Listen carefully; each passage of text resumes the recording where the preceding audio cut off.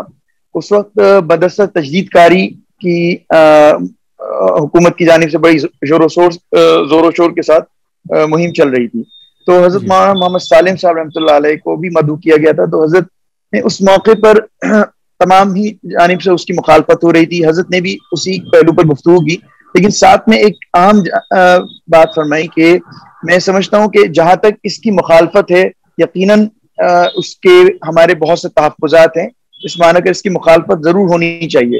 البتہ اس سے یہ ضرور ہمیں محسوس کر لینا چاہیے کہ حکومت کا جو اشارات ہیں اور جو انڈیا ہے وہ اس نے دیا ہے کہ کل جب حالات ان کے ہمارے لیے ناخوشگوار ہو سکتے ہیں اس موقع پر چیزیں ہمارے اوپر کچھ تھوپی جا سکتی ہے، تو اس سے بہتر ہے وقت رہتے ہم اپنے لائعمل پر نظر ثانی کریں اور متبادل پر غور و خوض کر لیں کہ قبل اس کے کہ ہمارے اوپر کوئی جبرن کوئی چیز مسلط کی جائے ہمارے پاس اس کا کوئی لائعمل موجود ہو۔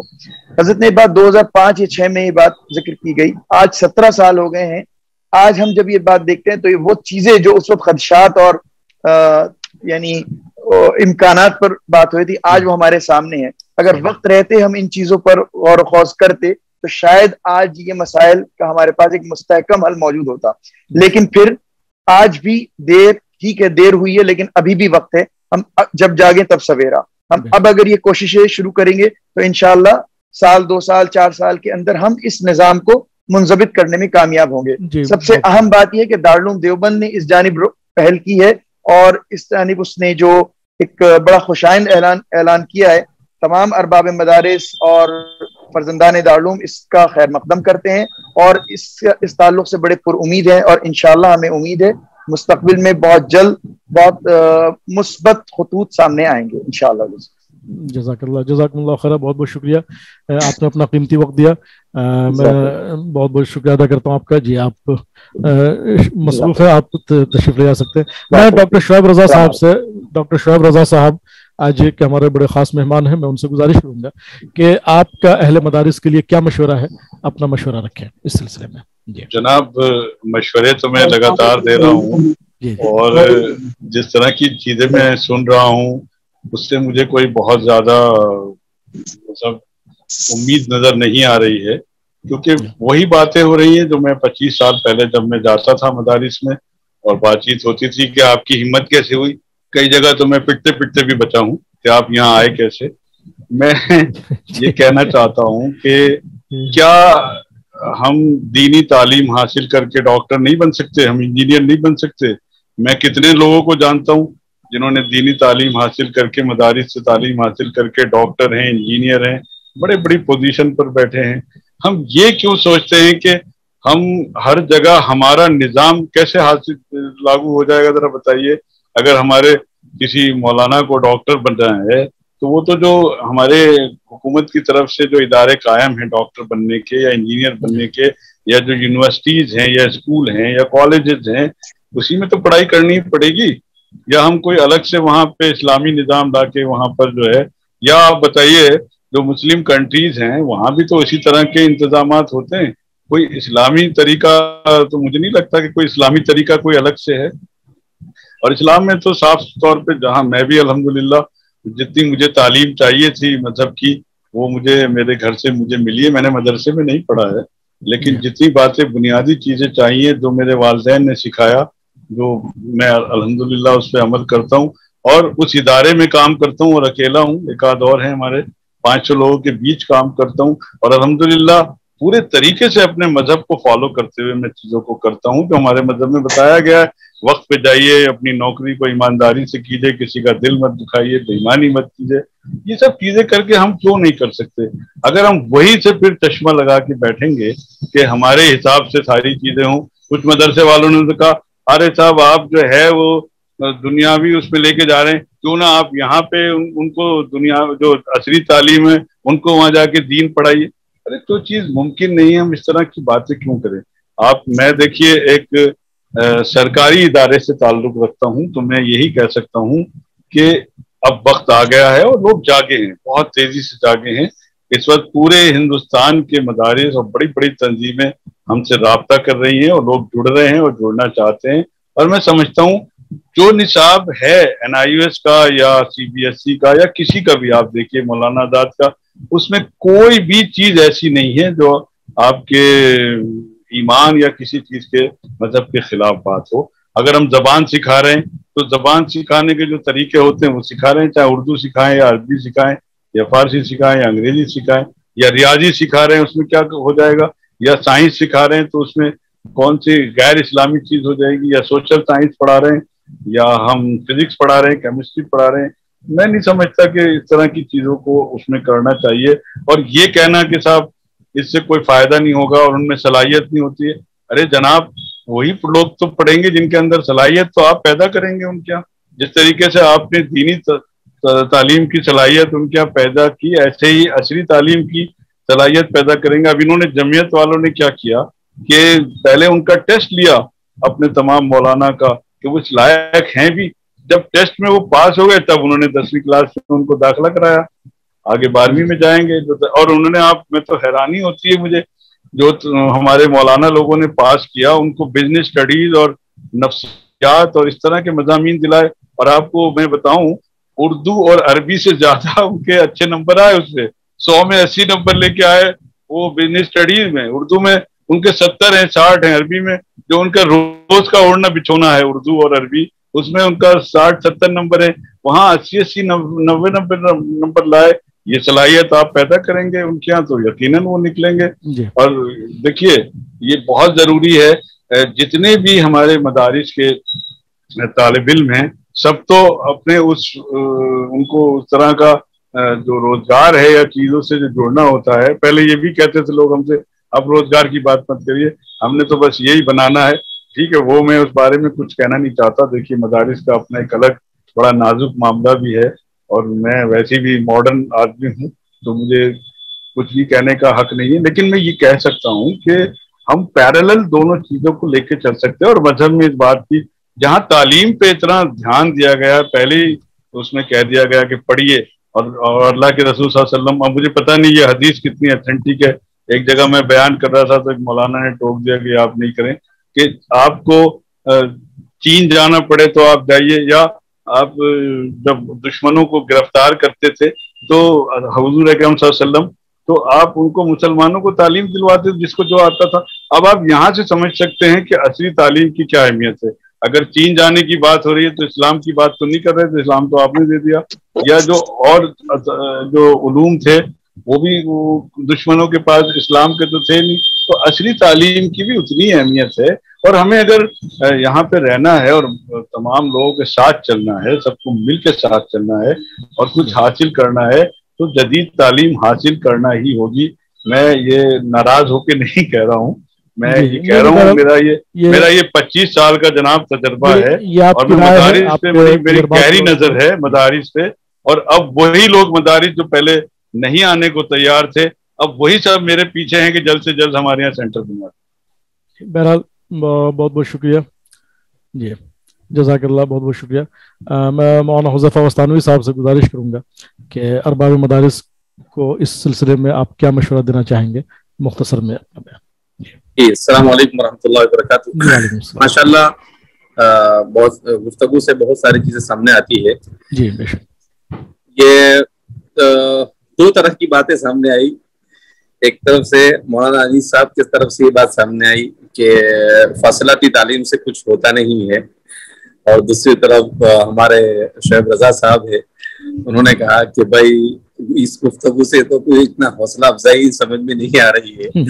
لیکن میں یہ کہنا چاہوں گا کہ دیکھیے دونوں حضرات عمر میں رتبے میں ہر چیز میں علم میں مجھ سے بڑے ہیں. میں طفل مکتب ہوں, چھوٹا سا ہوں, چھوٹا منہ بڑی بات جسارت کر رہا ہوں. بات یہ ہے کہ اس میں کوئی دو رائے نہیں ہے کہ اصلی تعلیم اس وقت ضرورت ہے, لیکن اس طور پر اصلی تعلیم کہ جس سے ہمارے جو مقاصد ہے وہ فوت نہ ہو, اس کے حصول کے لیے سب سے آسان راستہ یہ فاصلاتی تعلیم ہی. کیوں کہ اگر ہم مکمل طور پر اگر یہ چاہتے ہیں کہ پورے طور پر دونوں تعلیم حاصل کریں, تو ہمارے والد صاحب خود اس کی مثال دیتے ہیں کہ پورے طور پر دونوں تعلیم حاصل کرنا ایسے ہی ہے کہ دو کشتیوں میں پاؤں رکھنا. ایک کشتی ادھر سرک جائے گی, ادھر سرک جائے گی, اور آپ بیچ میں ڈوب جائیں گے. تو یہ ممکن نہیں اتنا آسان. تو اس لیے فاصلاتی تعلیم مدارس کے لیے تو میں سمجھتا ہوں کہ NIOS جو ہے وہی بہتر ہے. اور اس میں چونکہ بہت ہی زیادہ فلیکسیبلٹی ہے, وہی سے اعتبار سے کہ 1 سے 8 تک کو آپ آسانی کے ساتھ ان کے سینٹر کو لے سکتے ہیں اور اپنے یہاں پر نظام میں اس کو شامل کر سکتے ہیں. شعیب رضا صاحب جو یہ کہہ رہے تھے کہ بھائی ایسی کوئی بات ہے نہیں سائنس وغیرہ میں, تو ایسی بات نہیں ہے. بہت ساری چیزیں ایسی ہیں جو ہماری فکر اور ہماری تہذیب اور ہماری تمدن اور ہماری تعلیمات سے متصادم ہے. تو ہمارے مدارس میں ان چیزوں کو پڑھانے کے ساتھ ساتھ کوئی بات نہیں, ہم ہمارے بچوں کو اس چیز سے متنبع کر دیں کہ بھائی یہ چیز یہ ان کا اپنا ایک نظریہ ہے, ایک تھیوری ہے. اصل میں فیکٹ اور تھیوری اس کو بھی سمجھنے کی ضرورت ہے. سائنس کسی بھی چیز کو پیش کرتی ہے تو وہ تھیوری ہوتی ہے. تھیوری کا مطلب کیا ہے؟ تجربہ سے گزر رہی ہے, سچ بھی ہو سکتی ہے, غلط بھی ہو سکتی ہے, لیکن اس کو فیکٹ کے نظریے سے دیکھنا یہ غلط ہے. تو جو چیز ایسی ہو سکتی ہے جو ہماری فکر سے متصادم ہو, تو ہمارے لیے چونکہ سب سے زیادہ امپورٹنٹ ہماری اپنا دین, اپنا مذہب, اپنا تشخص ہے. لہذا اس بنا پر ہمارے پاس آنے والے ان بچوں کو ان چیزوں سے محفوظ رکھنا. کیوں؟ اس لیے کہ یہ معاشرے میں جا کر دین کی خدمت کریں گے, یہ معاشرے میں جا کر انسانیت کی خدمت کریں گے, اور اس کے بغیر ہم ان کو صحیح معنی میں انسان نہیں بنا سکتے ہیں. یہ آج کی سائنس نے بھی اس بات کو تسلیم کیا ہے. بہرحال میں گفتگو کو طول نہ دیتے ہوئے کہوں گا کہ اس وقت ہمارے سامنے یہی سولوشن ہے. اور جیسا کہ مولانا انیس صاحب نے کہا کہ ہمارا اپنا نصاب, تو مولانا کی بات بالکل صحیح ہے کہ دوسرے نصابوں پر ہم ڈپینڈ ہونے کے بجائے ہمارا اپنا بھی نصاب ہونا چاہیے. تو الحمدللہ ہم لوگ اس میں تیاری کر رہے ہیں. ہمارے نظام بننا ہے, اس کو تجربات سے گزار رہے ہیں, اور ہم یہ چاہیں گے کہ جتنے بھی شعیب رضا صاحب ہے, مولانا انیس صاحب ہے, اور مولانا شکیب صاحب ہے, اور آپ ہیں, اور جتنے بھی لوگ ہیں جو ہمیں ایسے دوسرے لوگوں کی طرف رہنمائی کرے, جو ہمارا بننے والے اس نصاب کو ریویو کرے, اس پر نظر ثانی کرے. اس کے لیے بھی ہم تیار ہے کہ ماہرین اس کو دیکھیں, اور پھر اسلامی نقطۂ نظر سے جو بڑے مفکرین ہیں ان لوگوں سے بھی ہم دکھائیں گے. اس لیے کہ نصاب تعلیم ایک بہت بنیادی چیز ہوتی ہے, اور ہمارے مدارس کی اپنی اس کی تمام کے تمام تحفظات کو سامنے رکھ کر اس چیز کو تیار کرنا یہ ہمارا ہی کام ہے. اس لیے ہم نے تو یہ نظام بنایا ہے کہ ہمارے جتنے بھی اساتذہ ان سب اساتذہ کو پہلے ہی 10ویں 12ویں پاس کروا لیا ہے NYS سے اور مختلف فارم سے, اور پھر اس کے بعد ان میں سے بہت ساروں کو B.Ed کروایا, BA کروایا, MA کروایا, کہ ہمارے یہ علماء ہی 2 in 1 کا جو کانسیپٹ چل رہا ہے دنیا میں, کہ وہی اسکول کا نظام ہمارے, آپ مانیں گے نہیں, الحمدللہ 250 علماء کی ٹریننگ ہوئی میتھس میں پڑھانے کے لیے, اور ابھی پورے ہمارے مدرسے کے 8000 سے زائد طلباء کو میتھمیٹکس علماء ہی پڑھا رہے, کوئی دوسرا نہیں پڑھا رہے, اور بہت اچھے انداز میں پڑھا رہے. کیونکہ ہماری کالج میں میتھس کے ایک ماہر ہے ماسٹر علی صاحب, تو انہوں نے پورا ایک یہ بنایا, اور اس کے بعد ان اساتذہ کی 1.5 مہینے تک ان کو 2 گھنٹے لے کر بیٹھے اور ان کو ایسا ٹرین کیا, اور بہت اچھے انداز میں علماء نے اس کو لے لیا. تو اس طرح سے بہت ہی محتاط انداز میں ہم کو آگے چلنا ہے, اور اپنے بچوں کو دونوں سے اس طور پر آراستہ کرنا ہے کہ آخرت مقدم رہے, اور دنیا کی جو ضرورت ہے وہ بھی پوری ہو, امت کی جو ضرورت ہے وہ بھی پوری ہو, امت کو جہاں ہر میدان میں امانت دار انسانوں کی ضرورت وہ بھی پوری ہو. ان تمام چیزوں کو سامنے رکھ کر انشاءاللہ اگر ہم آگے بڑھیں گے تو اللہ کی ذات سے امید ہے کہ دنیا تو نام ہے چیلنجز کا مقابلہ کرنے کا, چیلنجوں کا مقابلہ کرتے ہوئے ہم آگے بڑھیں گے تو انشاءاللہ امید کے ساتھ میں اللہ سے دعا کرتے ہوئے, اللہ سے اپنے تعلق کو برقرار رکھتے ہوئے, تو دنیا کی کوئی طاقت ہمیں ہرا نہیں سکتی ہے. انشاءاللہ ہم نہ حوصلہ ہارے ہیں نہ حوصلہ ہاریں گے, آخری دم تک ہم بدستور اس محاذ پر کھڑے ہیں اور اپنی امت کے لیے کھڑے رہیں گے, اور انشاءاللہ مقابلہ کرنے کی کوشش کرتے رہیں انشاءاللہ. جی جزاکم اللہ خیر, بہت بہت شکریہ, بڑی قیمتی بات کی. اب میں مولانا انیس الرحمان قاسمی صاحب سے گزارش کروں گا کہ اخیر میں ارباب مدارس اور دانشوران کے لیے آپ کا کیا پیغام ہے, وہ اپنا پیغام مولانا انیس الرحمان قاسمی صاحب. جی بسم اللہ الرحمن الرحیم. پہلی بات تو یہ کہ شعیب رضا صاحب کی باتوں سے میں متفق ہوں. میں نے یہ نہیں کہا کہ NIOS سے امتحان نہیں دلایا جائے یا اس کی کتابیں نہ پڑھائی جائیں. میں اس سے آگے کی باتیں چاہتا ہوں کہ مدارس والے غور کریں.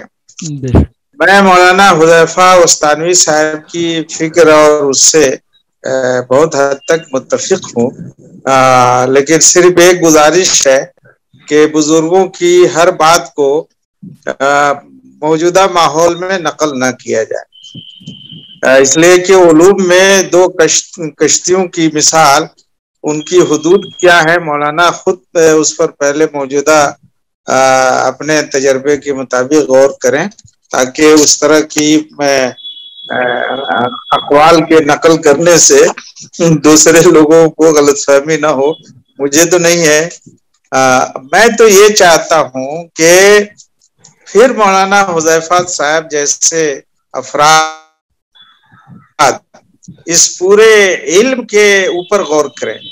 ہمیں امت کے لیے, مسلمانوں کے لیے, انسانوں کے لیے کس طرح کے علوم کی ضرورت ہے, اور علماء کیا اس سے دور رہیں گے, اس سے قریب رہیں گے.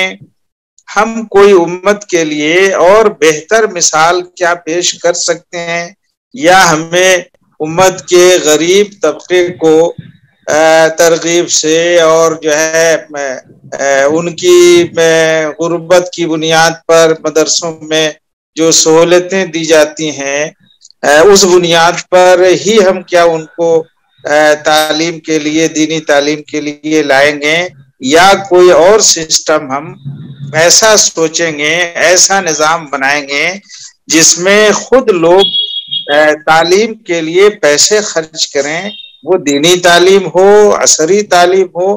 لیکن آپ کے یہاں ہمارے مدرسے والے سسٹم میں جو تعلیم ہو اس کے لیے وہ پیسے خرچ کریں. پیسے سرمایہ دار نہیں خرچ کریں بلکہ والدین خرچ کریں اپنے اولاد کو آپ کے مدرسے میں تعلیم دلانے کے لیے. اس لیے کہ مدرسے کا جو نظام تربیت کا ہے اس کا کوئی مقابلہ نہیں. یہ اس تربیت کے نظام کو ہم اور بہتر بنا کر تعلیم کو بہتر کر کے نصاب کو بہتر کر کے اور علم کے اس تصور کو صحیح معنوں میں اپنے یہاں جاری کر کے جو تصور اسلام کا ہے قرآن کا ہے اس کو جاری کر کے کیا مستقبل کے لیے اگلے 10-20 سالوں کے بعد کوئی ایسا بڑا ادارہ کھڑا کر سکتے ہیں جہاں ہر طرح کے علوم کی تعلیم ہر طرح کے فنون کی تعلیم مدرسے میں پڑھنے والے طلبہ حاصل کر سکیں. آدھا ٹیٹر آدھا بٹیر والی بات میں نہیں چاہتا. میں یہ نہیں چاہتا ہوں کہ ایک عالم ڈاکٹر نہیں بنے، لیکن میں اس کے لیے تیار نہیں ہوں کہ صرف حافظ ہو، اس نے دین کا کچھ بھی صحیح علم الگ سے حاصل نہ کیا ہو اور وہ ایک ڈاکٹر بن جائے انجینئر بن جائے. تو ظاہر ہے اس ڈاکٹر اور انجینئر میں اور ایک عصری تعلیم کے پڑھے ہوئے ابتدا سے لے کر انتہا تک کے ڈاکٹر انجینئر میں شاید تھوڑے بہت کا فرق رہ جاتا ہے. موجودہ ماحول کی بنیاد پر میں عرض کر رہا ہوں. اس لیے میں چاہتا ہوں کہ جو لوگ بھی جائیں تو وہ دین کا شعوری علم رکھیں. یہ نہیں کہ تھوڑا سا بہت میں نے سن لیا، تھوڑا سا میں نے اساتذہ سے یہ باتیں سن لی یا میں نے مسجدوں میں یہ بیان سن لیا. اس طرح کا علم بالکل کافی نہیں ہے. اس سے پھر مطلوبہ نتائج حاصل نہیں ہوں گے. میں اسی کے ساتھ بصیرت آن لائن کا شکریہ ادا کرتا ہوں.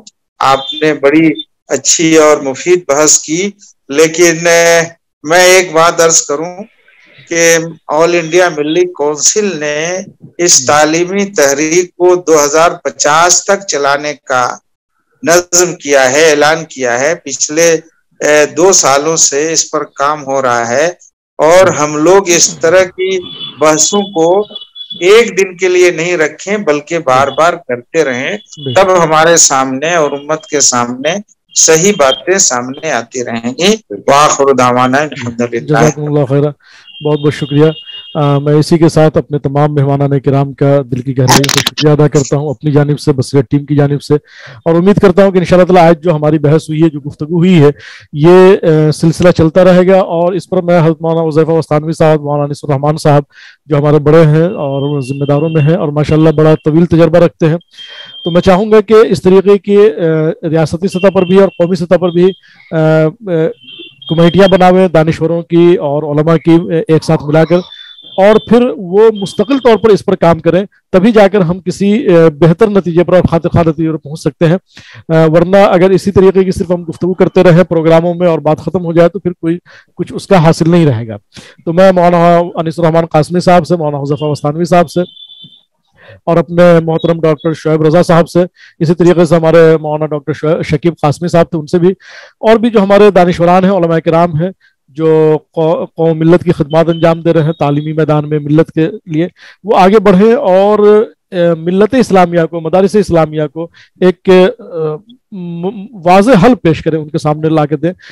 وقت لگے گا اس میں، لیکن انشاءاللہ تعالی میں سمجھتا ہوں کہ یہ ایسی رات نہیں ہے جس کی صبح نہ ہو. تو ہم پر امید ہیں. اور اسی کے ساتھ میں اپنے تمام مہمانان کرام کا شکریہ ادا کرتا ہوں اور اپنے ناظرین کا بھی جو ہمارے ساتھ جمے رہے، بنے رہے. اور اس کے ساتھ ہی ہم تمام لوگوں سے الوداع چاہتے ہیں. انشاءاللہ تعالی ہم پھر بہت جلد ملاقات کریں گے، بہت جلد حاضر ہوں گے نئے موضوع کے ساتھ، نئے مہمان. آپ کا بھی بہت شکریہ کہ آپ نے اس خاکسار کو. جزاکم اللہ خیر. جزاکم اللہ خیر. بہت بہت شکریہ. جزاکم اللہ خیر فی الدارین. السلام علیکم. اللہ جزائے خیر دے آپ کو، تمام ساتھیوں کو بھی جزاکم اللہ. کوئی تکلیف پہنچی ہو تو معذرت معافی.